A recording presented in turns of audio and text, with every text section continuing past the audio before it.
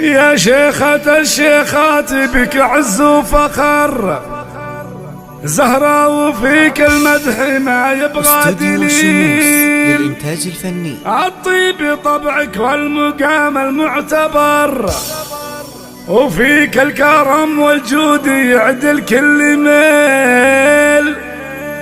ولك سمعة عطرة ولك صيت وذكر، وكفك رهاوي بالكرم ما هو بخيل. وعيالك اللي كلهم محزن ظفر، لا حل طاريهم يشرف كل جيل. لا حل طاريهم يشرف كل جيل، يشرف كل جيل.